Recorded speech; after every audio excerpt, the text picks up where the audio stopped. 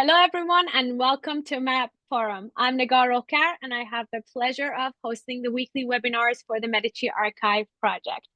Happy Diwali to all who celebrate this festival. I hope it brings you and your loved ones peace and happiness. Today, I'm delighted to have Professor Ingrid Rowland with us, who is Professor Emerita of the Department of History at Notre Dame University in Rome. She's based in Rome, so she's connecting from the Holy City, and we're delighted to listen to her talk, which is on one of her most recent books that was published. Thank you, Professor Rowland, for joining us today. Okay, the whole screen is now yours. All right. Let's see, I'm trying to share it. Do I have my PowerPoint?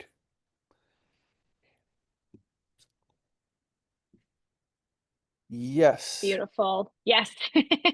Thank you.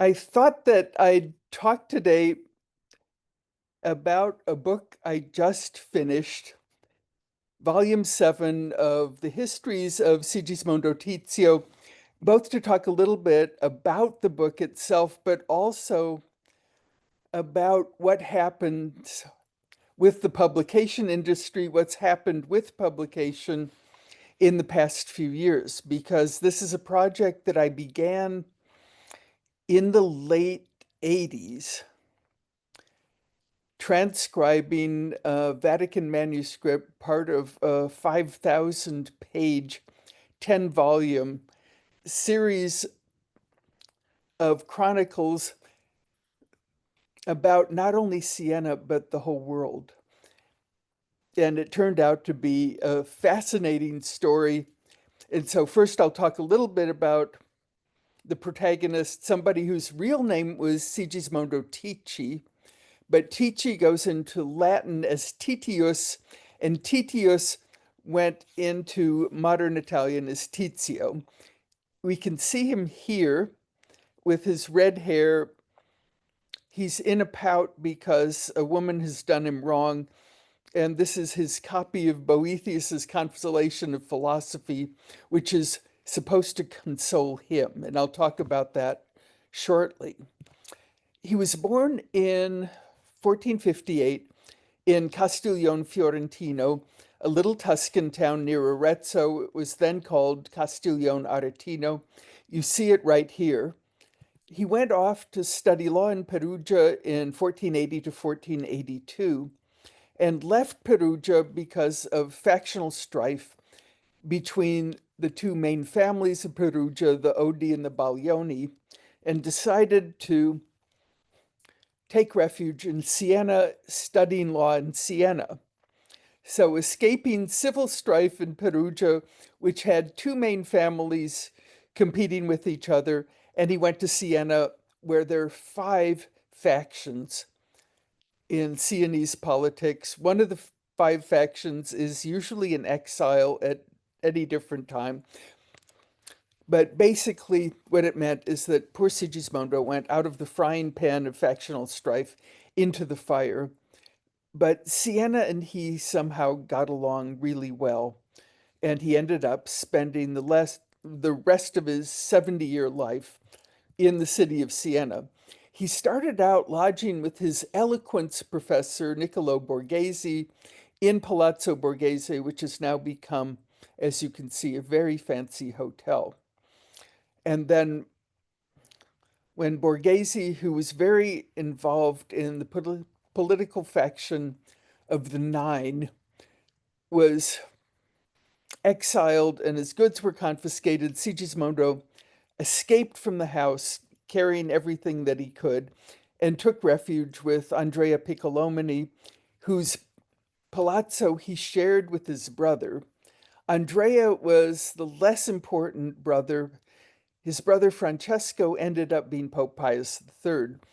And Pius had the stone part of the palazzo, Andrea, who's producing a numerous family, had the brick side, but had a wonderful view of Piazza del Campo. And this building is now the home of the Archivio di Stato of Siena, as many of you probably know. He lived with the Piccolominis from 1483 to 1500, tutoring the Piccolomini sons. And then after an unhappy love affair in 1487, he decided to go into the church, became a priest, also became a lawyer, and ended up also becoming Siena's civic historian. Here we know about our source of his unhappy love affair is precisely this copy of The Consolation of Philosophy, where you can see this is a self-portrait by Sigismondo. He's sitting disconsolate next to a sea, and he says, "Console me, Mother Philosophy, the way you did Boethius, because without you, the plans or the plots of a woman deceived me." Philosophy, you can see she's both here a burst of light, and over here she's a disembodied face, and she says, "Listen to me, Sigismondo. Just keep on, and in book 3, prose section 7, your soul will come to the port of salvation." So here's Sigismondo's soul sailing off to the port of salvation. At the end of the copy of The Consolation of Philosophy, there's this long first explicate saying that he did this in 1487. Right after the Nove, the party of Niccolo Borghese came back from exile and into power in Siena. And then he has this last statement saying, "Save me, save me." And basically it's from the flame of libido.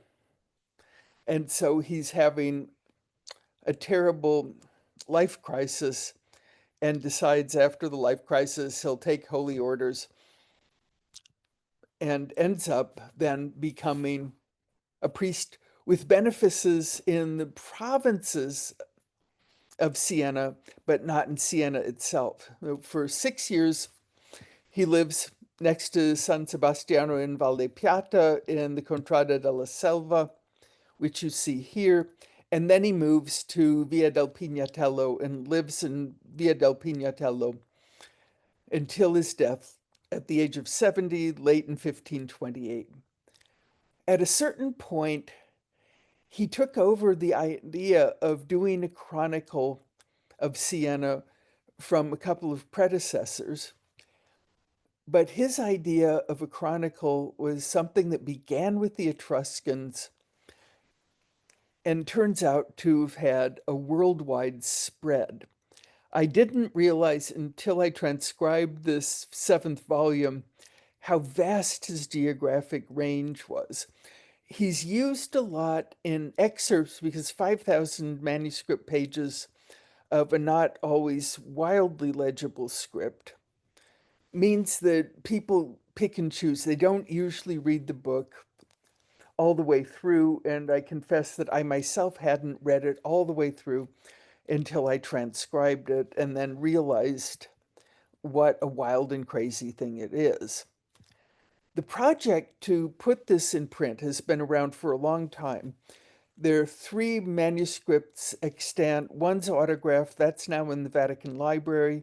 It used to be in 7 volumes. It was divided into 10 under the reign of Pope Alexander VII, who was himself a Sienese in the 17th century.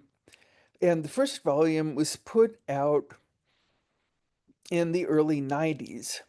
This, you can see it being sold on eBay. I contributed to the Etruscan and Hebrew inscriptions in that edition, but I didn't do any of the transcription. And you can see here what it looked like. It's a classic Italian scholarly publication where you have to cut the pages yourself. But typographically, it's interesting because it's running a text block. Below that is a list of comments on the manuscript. And then finally below, there's a series of footnotes. So you're running 3 different levels of text. And you can see that there are page numbers here in the margins. And that's falling outside the margin, which typographically is interesting. He also put marginal headings in his original manuscript. And so there was an attempt in this first edition to reproduce that. And so 4 volumes were produced over the course of the next few years. I'd started working already in the late 90s, but in the late 90s, that kind of work was considered non-creative, and I couldn't get any kind of financial support from the University of Chicago, where I was at the time, to do anything. And so I put it aside until the Vatican Library was going to close for restoration. And so then I finished the transcription. I thought, but was writing a number of other books and interested in other things. And the way that academic promotions were working in the late 90s into the 2000s is this kind of work was called traditional, and it really had no particular support in American academic circles, much more so in Italy. And as you can see, these volumes were all produced by the Istituto Storico Italiano per l'Età Moderna e Contemporanea, which was based in Rome. And I started writing to them and say, do you want to publish volume 7? And I never heard back from them. That was because there was a serious recession in the year 2008. And in particular, that coincided with a corruption scandal in the main bank of Siena, the Monte dei Paschi, which meant that a lot of the financing of projects like this one suddenly were in complete abeyance until the Monte dei Paschi got its act back together. And that took a while. Meanwhile, I was writing other books, contributing to the New York Review of Books. And it was not really until I got to the stage in my career where I realized I'd been promoted as far as I was going to go. And at that point, you can really do whatever you want. And so I decided I'm going to finish this thing. And I did. But a number of things had changed between 2008 and 2025. One of them was funding. I ended up being published by the Accademia degli Intronati of Siena with support from the Italian state and the Ministry of Culture. So this meant that instead of the same series as all the previous volumes, I was starting something else sponsored by the city of Siena. By this time, the Monte dei Paschi had recovered so that there was money for culture in Siena. But the most interesting thing in a lot of ways is, of course, the digital revolution. And so what happened with this delay in the book that I was publishing is, first of all, there was Wikipedia. We're not supposed to use Wikipedia. We tell our students not to use Wikipedia except with judgment. But Wikipedia transformed the ways that I could approach this text. The other thing that we decided on principle from the very beginning is that we would add something that was absent from previous volumes, and that was an index. And so this index give you an idea of the size of the whole project. The manuscript of my transcription was 840 pages. The printed version of the index, I think, comes to 60. Making an index for a Renaissance book is very different than making an index for a modern book, because you think you can just do a search. In the first place, as it turned out, the size of my text was so big that there was no indexing program that could handle it. It just all went into tilt. And so what I had to do is cobble things together. Microsoft Word worked better than Adobe Acrobat, but I was always pushing these media to the absolute limit. The other thing is that if you do a word search, you're assuming everything's spelled the same.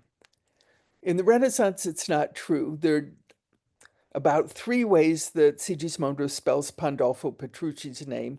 He can call him Pandulfus with an F. He can call him Pandulfus with the PH. He can call him Petruccius. He can call him Il Magnifico or Magnificus. He can call him Tyrannus.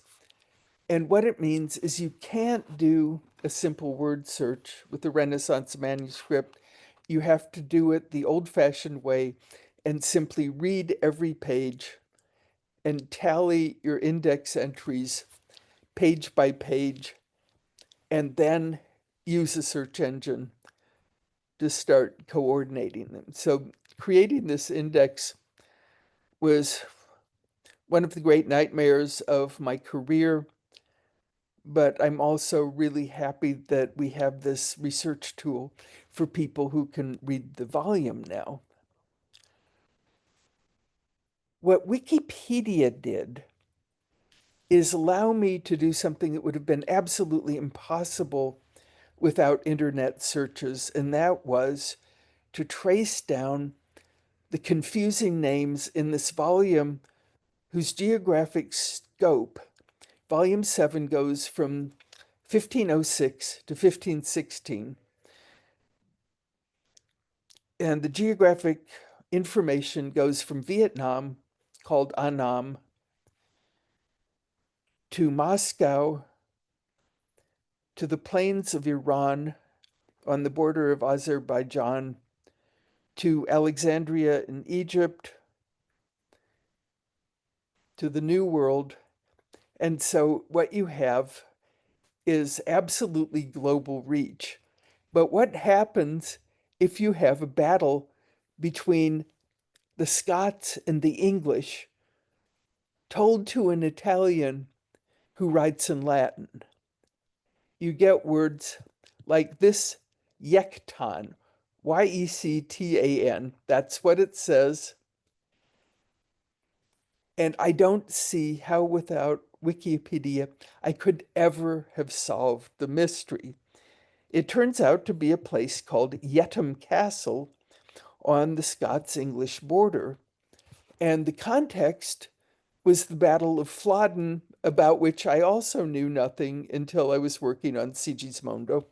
And so here you can see King James IV of Scotland fighting a border skirmish with the Howard family and Lord Surrey on the border between Scotland and England, and James IV will lose his life. And one of the places that the battle was thick and fast was Yetham Castle, which you see here, or here's Yetham.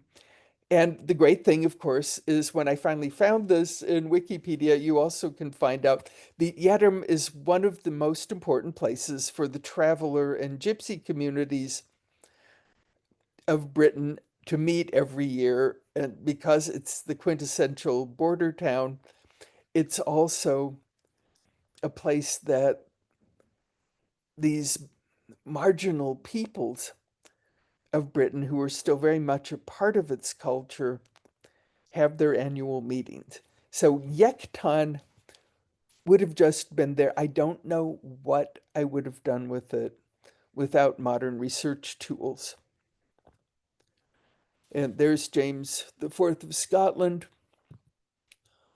In the same way, when we did the Hebrew texts and the Etruscan text for volume 1, it was all done by offset type.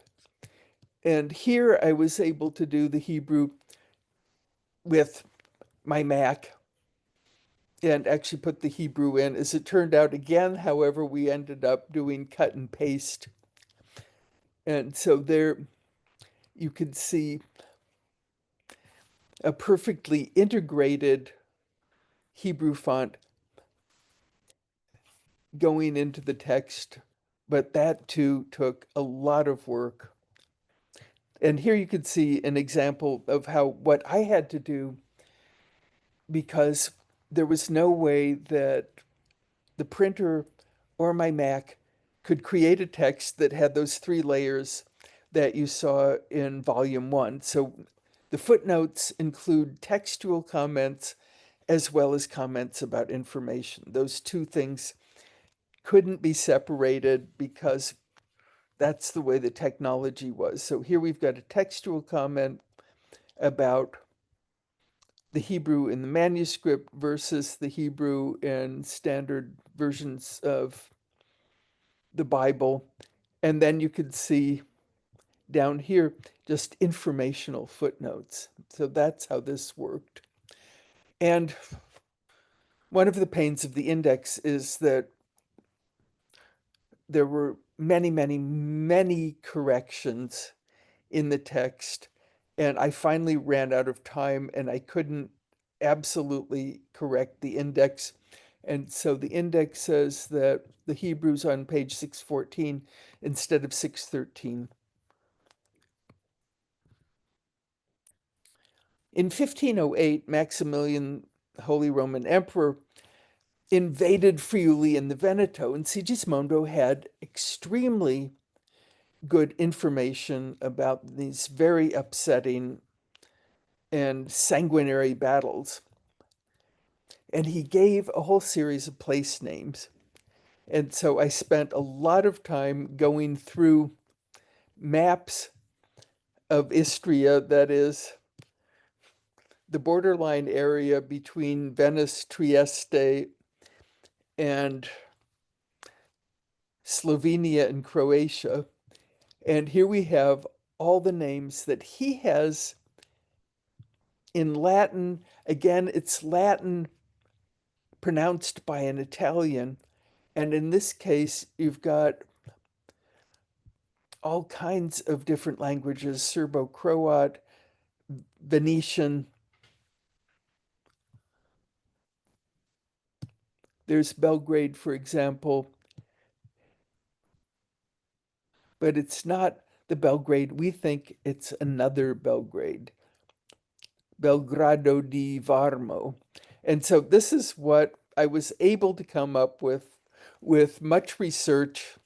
Again, Wikipedia was my constant companion, and there's still 3 of them I don't know.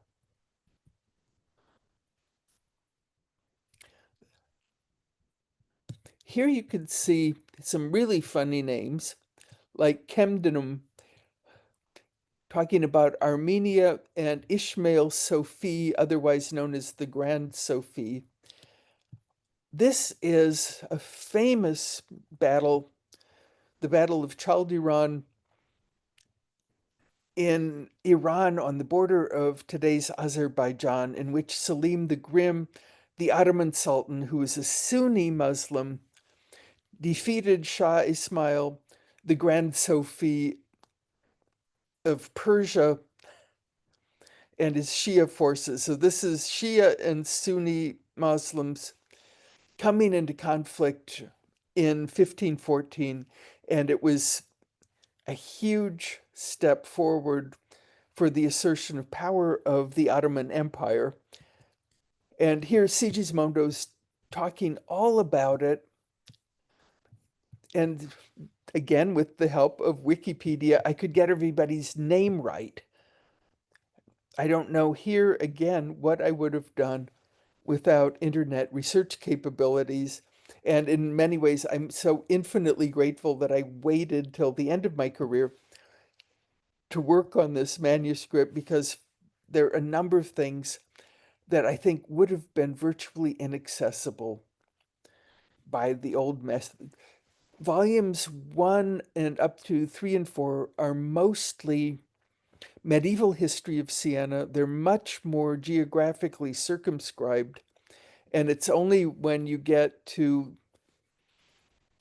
volumes 6, 7, 8 that you get this kind of international communication, because these are dispatches that Sigismondo is somehow getting in his capacity as the chronicler of the city of Siena. And so here, contemporary, that is back in 1514, Iranian versions of this battle, with Selim here, and then the Grand Sophie over here. The same kind of Wikipedia-based research saved my ability to figure out what was what when Sigismondo reports on Portuguese explorations of Africa. So there's stops in Mombasa, Malindi, going over to Calicut in Kerala province, which turns out to be of immense commercial importance to Italy in the textile trade. And there's one moment in 1510 where Sigismondo talks about how every cardinal is wearing a vestment made of Kerala cotton, dyed, of course, cardinal red. And we don't usually think of cardinals wearing cotton garments, but that's obviously what you had to do in 1510. And I'm assuming that perhaps that's the same thing that's happening here in Raphael's portrait of Pope Leo X and his cousin Giulio and his other cousin Cardinal Rossi, wearing their beautiful red outfits. Hanno the elephant shows up in volume 7, sent as a gift by King Manuel I of Portugal, trying to get money to mount a crusade out of Pope Leo X. Hanno shows up in Rome. He's offloaded in the port of Port Ercole, which is a private lease by the great banker Agostino Chigi. And we know from Chigi's letters that a brawl broke out as the elephant was being offloaded, with Corsican sailors in the port, and the Sienese military came in to take care of everything. Hanno began walking overland down to Rome. They found out he needed to wear shoes, and so he was outfitted with 2 pairs of red-colored shoes, finally got to Rome, greeted the Pope by genuflecting 3 times, and then sprayed passers-by with water from his trunk that was provided by buckets. There were also panthers and all kinds of textiles. But Leo X didn't give Manuel anything more than the Order of the Golden Rose. And so next year, which is in volume 8 of Sigismondo, he sent Gander the rhinoceros, who was shipwrecked off the coast of Porto Venere, and the rhinoceros couldn't swim. So his carcass washed ashore, was stuffed, and that was ceremonially brought down to the Pope. Hanno lived in the Vatican next to the lions for a year and a half until he died of constipation. So he was probably not fed the correct things. And this is an image of him with his mahout. These were things I had no idea to expect from Sigismondo. We knew he'd write about Pandolfo Petrucci, who'd become the Lord of Siena in a takeover in 1487. And so here you can see he's even called Tyrannus. And one of the delights of reading this manuscript are all the marginal notes and personal asides that Sigismondo provides about people he detests, and Pandolfo is one of them. His hero is the banker Agostino Chigi, which is fascinating for historiography because this is a person who's not noble, who's not a warlord. He's a financier. But there's something about Chigi's work ethic that appeals very much to Sigismondo. And he's also got wonderful gossip about things like the fact that Pandolfo's daughter Sulpicia had been engaged to Pandolfo's worst enemy, and suddenly the engagement was broken off, and instead Sulpicia Petrucci ended up marrying Agostino Chigi's younger brother, Sigismondo, in a very secret ceremony that takes place during Lent. And so this is just marvelous city gossip that occurs in the same pages as things like the Battle of Chaldiran or the invasion of Istria. And Sigismondo also pulls in a surprising range of personal acquaintances. The Chigi Bank had an office in Bruges. It also had an office in London. And the person who's manning both of those offices happens to be not only an agent of the Chigi Bank, but also a personal friend of Sigismondo. And so we get a long report about what it's like to live in the Netherlands. And the Netherlands at that point isn't just Holland and those provinces, it's really the whole complex of what we now call the Low Countries, which Sigismondo's agent Antonio Di Giacomo reports as the most populous area that he's ever seen. And the women are beautiful, everybody drinks too much, and life is good. He doesn't say a lot about London. He's much more taken with life in the Low Countries, which is too bad from our standpoint because we'd like to know so much more about what commerce is like in that crucial period of the early 16th century. He also befriended a number of people from Poland while he was a student at the University of Siena. And in fact, a number of quite important Polish humanists came through Siena, and I was able to give a talk on Italian connections with Poland for the 200th anniversary of the University of Warsaw, thanks to Sigismondo, and learned a whole lot from my Polish friend about who was really who. And one of these Polish friends then took a trip through Russia to Moscow.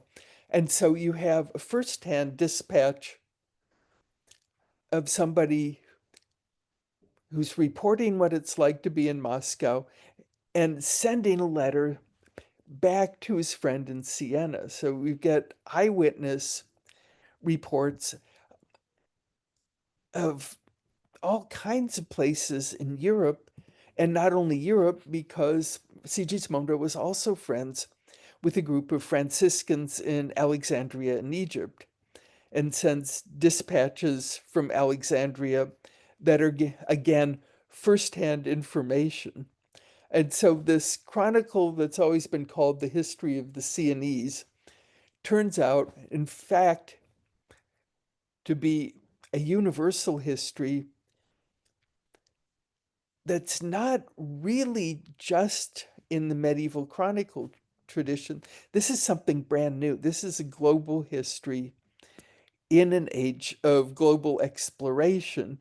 And therefore, this book that I knew mostly for sources about history of the papacy, of the Chigi Bank, and of developments with the Lateran councils, all things having to do with Italy, turns out to be this amazing eye onto the whole world.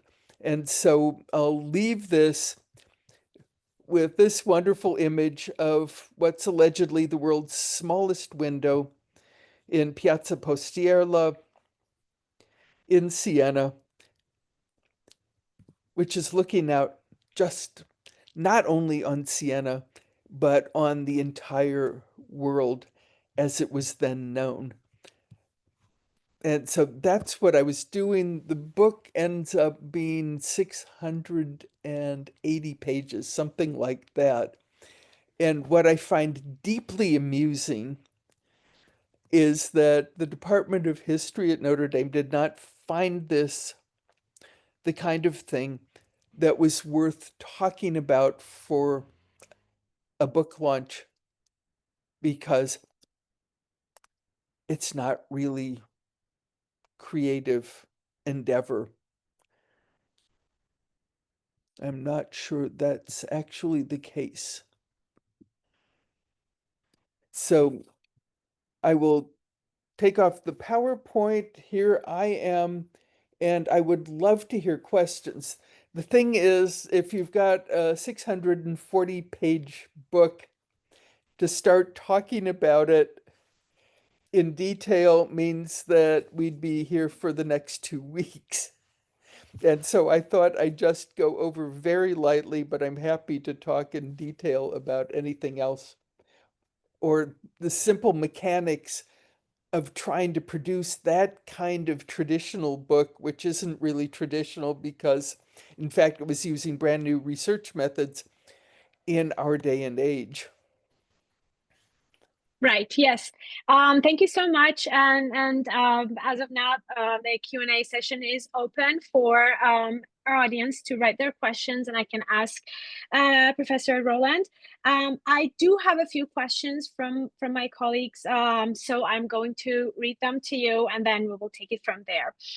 So the first question is about the text that you examined. An interesting aspect of the text is that it's multilingual. So do we know where the Hebrew words are taken from, especially since some of the divine names mentioned are not attested in the Bible and in rabbinical tradition? Yeah, I think he's got some Kabbalist friends, and his relationship with the Jewish community is really interesting, because at one point he's listening to his sermon by Egidio da Viterbo, who's the head of the Augustinian order. And basically, Egidio is doing a fundraiser for Julius II, where he's trying to build up support for Julius's wars within Italy. And what he does is this long disquisition where he likens cities of Italy to the tribes of Israel. And Sigismondo hears the whole thing standing next to a group of Jewish scholars because he wants to know what the Jews think of the way Egidio's using the Bible. And Egidio himself was well versed in Hebrew. He had a rabbi for a while in his house teaching him. And he's a great Christian Kabbalist. So I think the Christian Kabbalistic circles are probably where Sigismondo's getting some of his information. But thank you for the question, because that's something about him that I've meant to pursue more in depth. And thank you for the reminder, because it's all there to be studied. And basically, Jewish Siena still is something to be completely uncovered. Right. Yes. Thank you, Dr. Mancuso. So the next question is about Sigismondo's assessment of Clement VII's first years of his papacy. See, Clement, I wasn't reading. So I was doing Leo X, whom he detests. And in fact, because he's very anti-Medici, and so it's ironical that I should present him to the Medici Archive Project. And he goes into all the machinations that are behind the election of Leo, and then he does this description of Leo going hunting in outside the lodge in Maliana, and he says they're bagging all of this game, and then he said he got all sweaty, and his big round face turned pink, and he looked like a great half or a great full moon rising. And then he just can't stand it anymore. And he goes into dactylic hexameter and says, "Oh, qualis facies et qualia dignata bella." And then it's all about, oh my God, what a face, and worthy of what a picture, when the Etruscan beast put his glasses up to his eyes, and he calls him the Belva Etrusca. And so he thinks Leo is just everything a Florentine would be, as seen from a Sienese, and so it's just scathing and really fun to read. Right. Yes. Thank you. And the next question is about his nephew. Do we know anything about his nephew, Agostino Tizio? Oh, we do, and I haven't really followed it up very much, but the family's quite distinguished in Castiglione Fiorentino. Though his father was a notary, all of the boys went to university, and they were either doctors or lawyers. And then he's the one who becomes a priest. And the tradition continues for a while, but I never actually followed that part. Yes, I got waylaid by place names and ports in Africa. So there too is wide open field for research. Absolutely, yes. Okay, so the next question is what were the sources Sigismondo was using to compose his reports regarding the Portuguese explorations? See, he uses a lot of printed things. And so the most of his Portuguese sources are accessible in print. And so those are the general things that are being put out by the king as propaganda, and he accepts that all pretty unquestioningly, and accepts also the mission of the Portuguese as expressed in the texts, so that he's not doing a critical reading there as he often does. He's just taking kind of standard issue exploration literature. Thank you. And so, how do you think that Tizio's chronicle uh, uh, provide a lens to explore Sienese, the Sienese political and civic identity? Yeah, he names names. And so one of the things that's great is he gives you a vivid picture of the city, of its geographical areas. So the ancestors of the Contrade, restaurants, who's hanging around with what restaurant, and then who's bargaining with whom to get their party into power. And so he's really good on the intricacies of those five parties and their eternal strife, and who's going into exile at which point. And he's doing that partly because everybody knows that he's the city chronicler, and so people drop into his house and just talk to him. And a lot of his evidence really seems to be personal conversation, and it's people from all sides of the spectrum, because as a historian, he's got a kind of extra political, or I don't mean that it's super political, but outside, so a kind of objectivity that they recognize pretty much universally. Great, thank you. Could you also talk about your research methodologies? What archives have you consulted? What other resources have you consulted? Textual, or what regions have this has this research taken you to? Yeah, so I started this, and I was also working at the same time on publishing the letters of Agostino Chigi. And so I spent many summers in the Archivio di Stato di Siena. When I first started working there, there was this wonderful person named Nello. And Nello started out as the custodian, and he was sweeping floors. And suddenly everybody realized that he was really smart. He had no formal education in paleography, but he started reading everything, and he became this living expert. And so you could just go and ask Nello things about, and he knew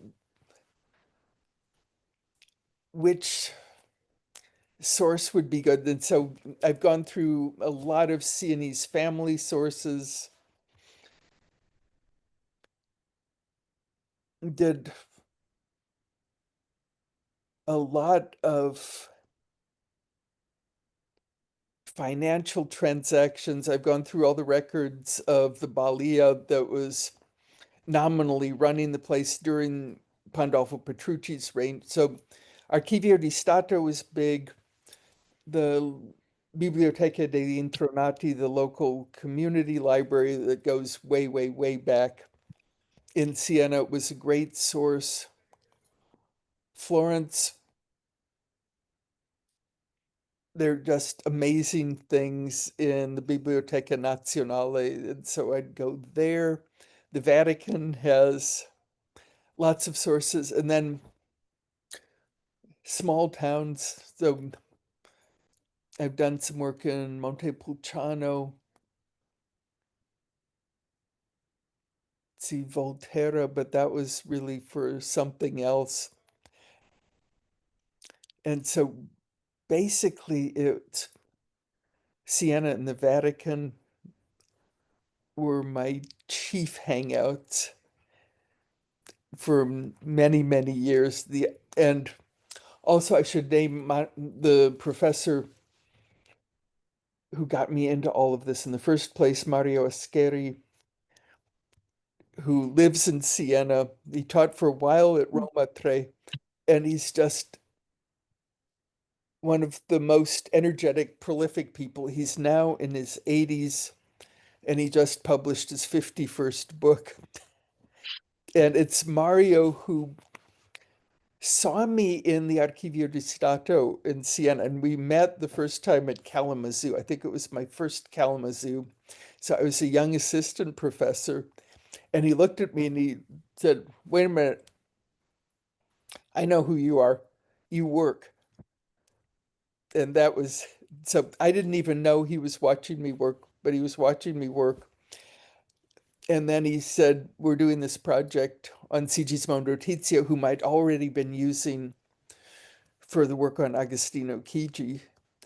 And he decided to propose me as an author. And so we went up to Florence at that point to talk to the people who edited Volume 1.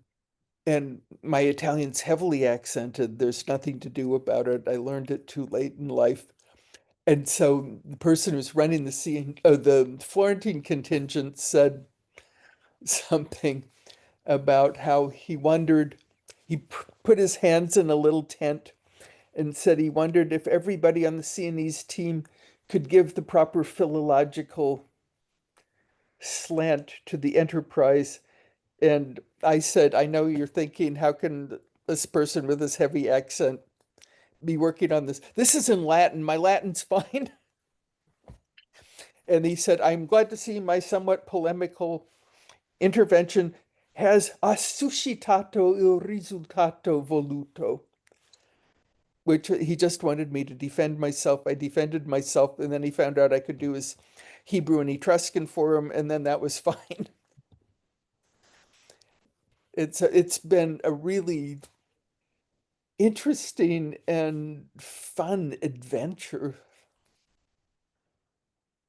Great. Any archives or outside of Italy? Any investigations outside of Italy?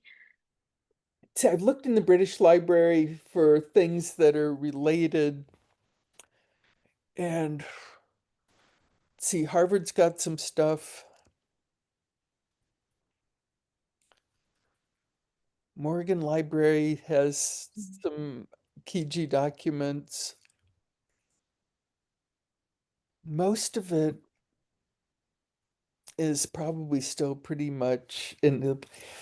I didn't see archival stuff in Poland because I was in Poland, but my Polish isn't up to snuff yet, nor my Russian. And so it would be fun to chase down.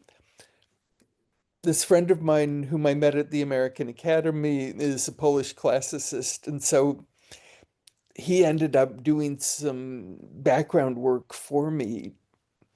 And he knew exactly who these people were and what their stature was. And then the English sources,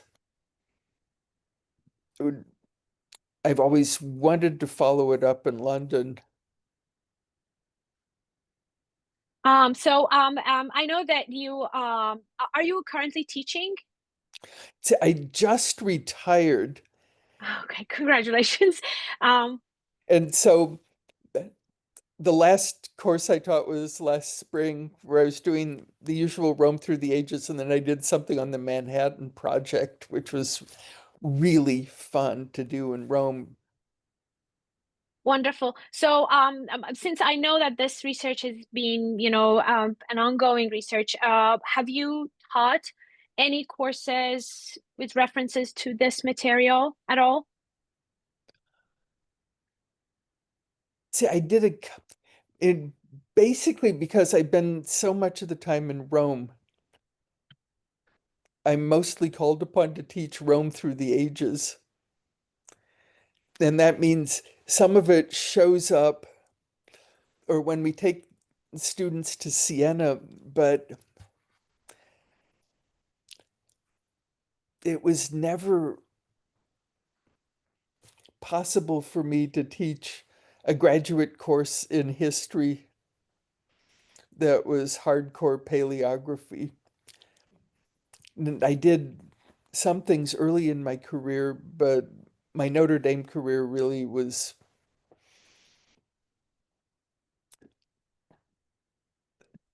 They could have done more with me than they did about the kinds of ways I taught. And then I had to go back to South Bend on the main campus 4 times, but I ended up teaching the Salem witch trials, Thucydides, and the Manhattan Project. So I was doing really wild and crazy stuff because the students couldn't read Latin, couldn't read manuscripts, and didn't have any background. And so for freshmen, you had to teach something where they could actually read the sources. Right. So the last question, we're running out of time, but since you mentioned the Safavids and references to the Safavids, are there any Persian resources you have consulted? Any Farsi, contemporary, or early modern sources? Anything in Farsi? No, and that's partly because this whole thing, the realization of the global scope of it came so late in the game where I'd done the transcription and then I'm trying to figure out what these names mean. And so there, if I'd been at UCLA, I would have known exactly where to go. And so there too,